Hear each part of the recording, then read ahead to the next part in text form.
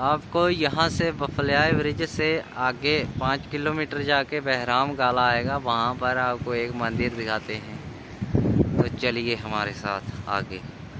ये जो पुंछ और सुरंगकोट की तरफ से रास्ता आ रहा है वाया थन्ना मंडी रिजौरी से भी आता है, ये रास्ता है। इस रास्ते से आपको फिर जाना है बहराम गाले मंदिर में। आप जो आगे मंदिर की कथा हम आपको मंदिर में चल के सुनाएंगे।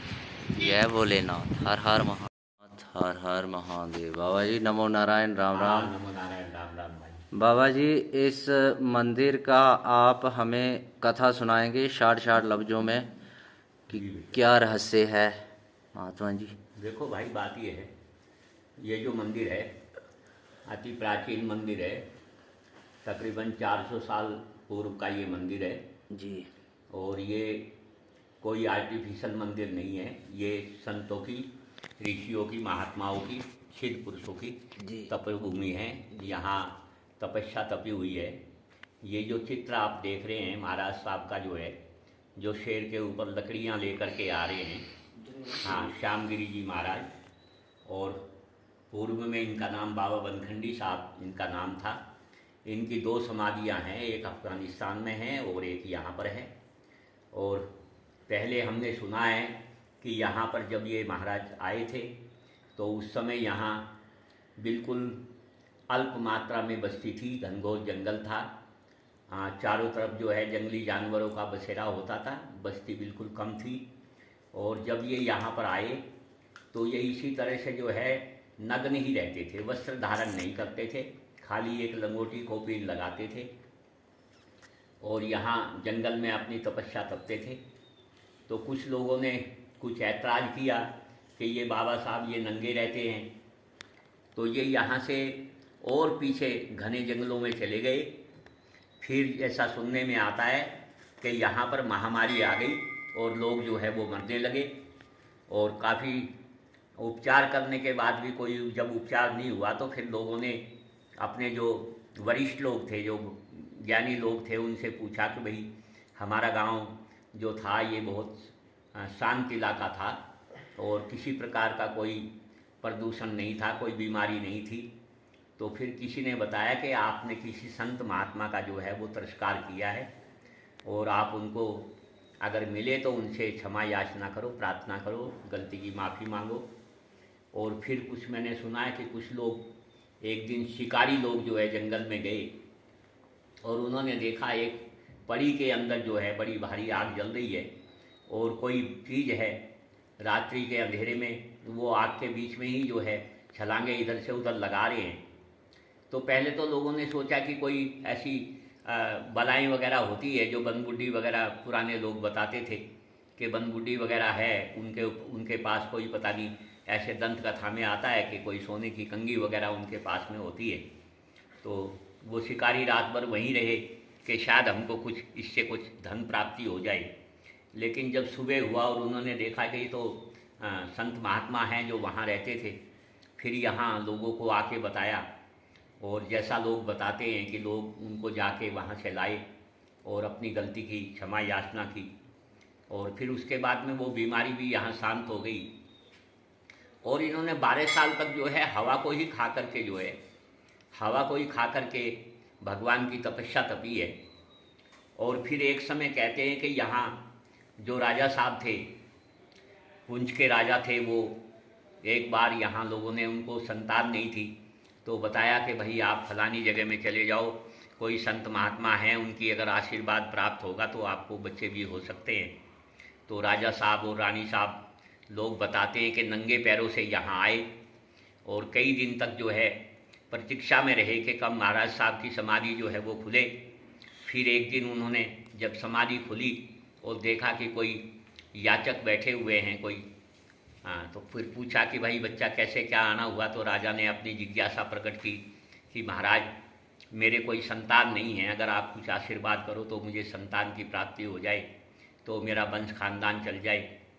तो फिर महाराज साहब ने, इसमें 2 बातें लोग बताते हैं कि एक तो उनके पास में उनके 2 शिष्य थे, एक शेर थे और एक शेरनी, जो प्रतिदिन उनकी धूनी के पास में आकर के बैठते थे। और कई कई घंटे तक वहाँ उनके साथ में वो भी ईश्वर की वंदना करते थे, बैठे रहते थे। तो फिर एक दिन राजा साहब जब काफ़ी उन्होंने किया कि भाई, पहले तो कहा कि भाई आपके तो कुछ है नहीं प्रारब्ध में संतान वगैरह। तो फिर वो राजा जो थे बड़े निराश हो गए और उन्होंने कहा महाराज हम भी अपने राज्य में जाके क्या करेंगे, हम भी इधर ही समाधि ले लेंगे। तो फिर स्वामी जी ने जो है उनको कृपा हो गई, दया आ गई। तो शेर से कहा कि भाई आप जो है एक पुत्र इनको दे दो और एक पुत्र आपको रह जाएगा। तो कुछ ऐसी भी बात आती है। और कुछ लोग ये भी कहते हैं कि महाराज साहब ने कहा कि चलो कुछ समय के लिए तुम्हारे राज्य में मैं स्वयं ही आऊँगा। ऐसी दो बातें जो है वो सुनने को मिलती है। और काफ़ी प्राचीन तपोभूमि है। उसके बाद में ये यहाँ पहले ताम्रपत्र वगैरह के लेख वगैरह होते थे, लेकिन क्योंकि ये मंदिर जो है काफ़ी सालों तक वीरान भी रहा है, जंगल बियाबान था, यहाँ कोई आता जाता नहीं था। और फिर उसके बाद में एक स्वामी जी आए बसंत गिरी जी नाम के, उनकी समाधि कहीं ऋषिकेश में बनी है। और फिर एक स्वामी जी गोपाल गिरी जी महाराज आए जिनकी समाधि यहीं पर बनी हुई है।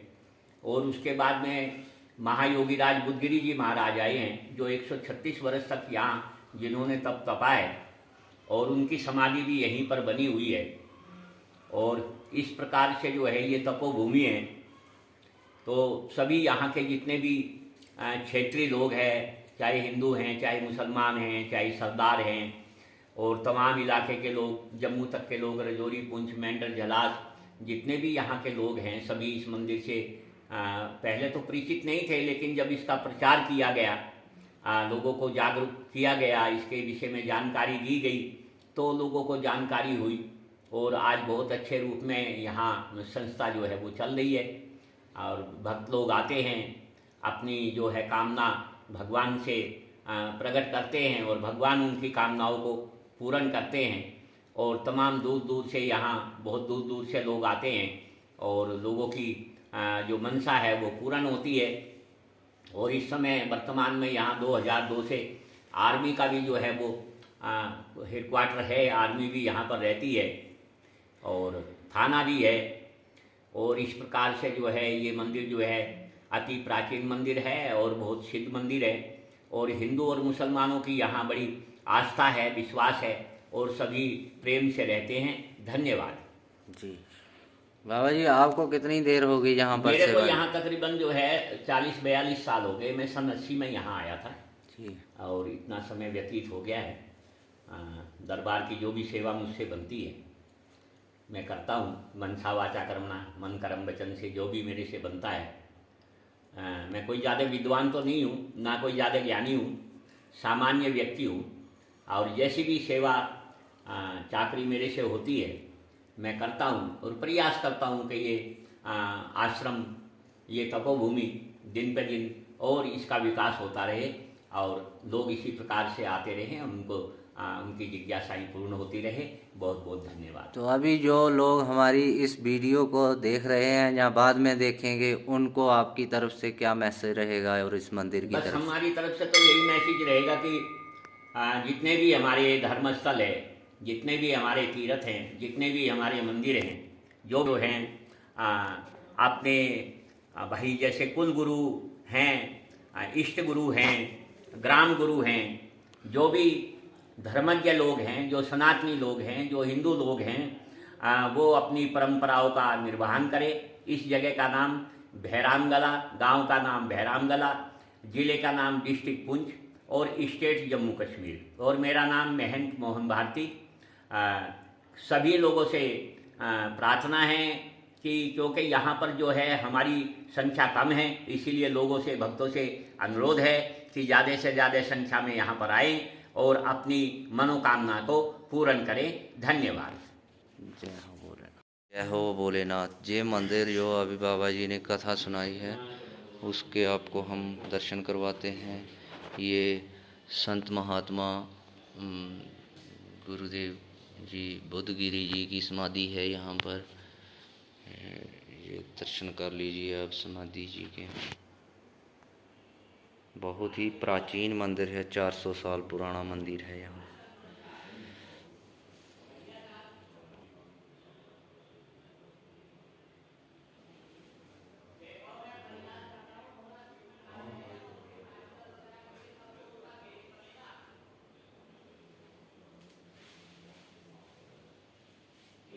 ये हमारे भोले जी का दरबार है, महादेव जी का। ये 400 साल पुराना प्रॉपर सिस्टम है यहाँ पर।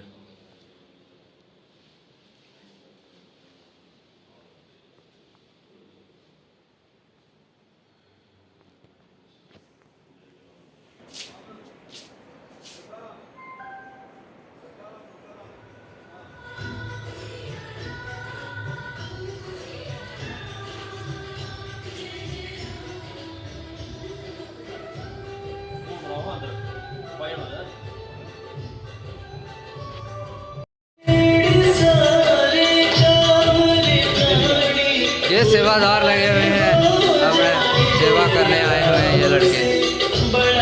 क्या बोले ये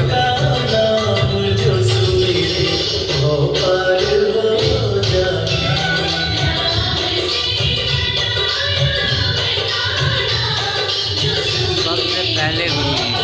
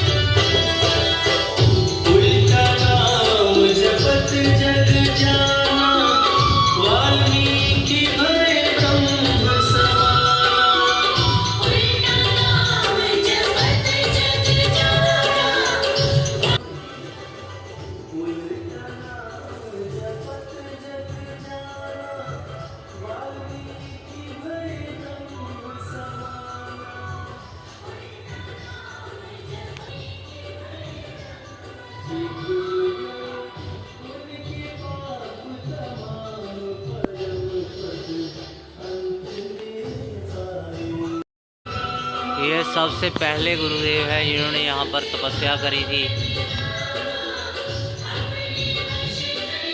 उसके बाद फिर ये संत बुद्धगिरी आगे है, इनकी समाधि भी है यहाँ पर। ये देख सकते हैं आप आश्रम, जो ब्रह्मगाला में शिव मंदिर आश्रम है। यहाँ पर बहुत ही प्राचीन मंदिर है, बहुत ही अच्छा है। यहाँ पर सेना है, पूरा दृश्य में दिखा नहीं सकता। सेना का जो सिस्टम है वो अपना सिस्टम होता है। मंदिर दिखा रहा हूँ मैं आपको, देख लीजिए मंदिर। इस तरह का मंदिर है ब्रह्मगाला में, बहुत ही बड़ी आश्रम है। यहाँ पर आप अगर इस रोड से गुजरें वाया मुगल रोड या पीर गली वाली तरफ आते हैं तो इस मंदिर के दर्शन ज़रूर करें। साथ में नूरी शम, जो नूरी शम वाला देखने जाते हैं लोग यहाँ पर, तो उसको देखने के लिए यहाँ पर आएँ और मंदिर को भी देखें। प्राचीन मंदिर है, बहुत ही ऊर्जावान मंदिर है ये। यहाँ पर यज्ञ भी होता है, भंडारा भी होता है।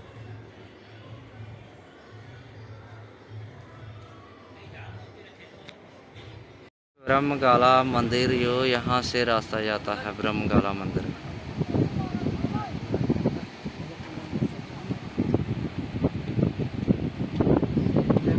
ये ब्रह्मगाला रोड है, इस रोड से ऊपर जाता है रास्ता।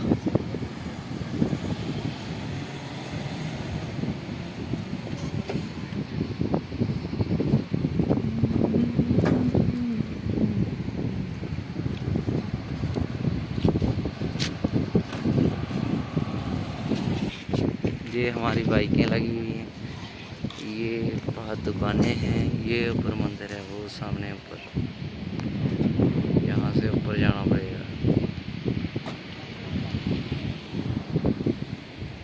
वो पहाड़ी के बीच है।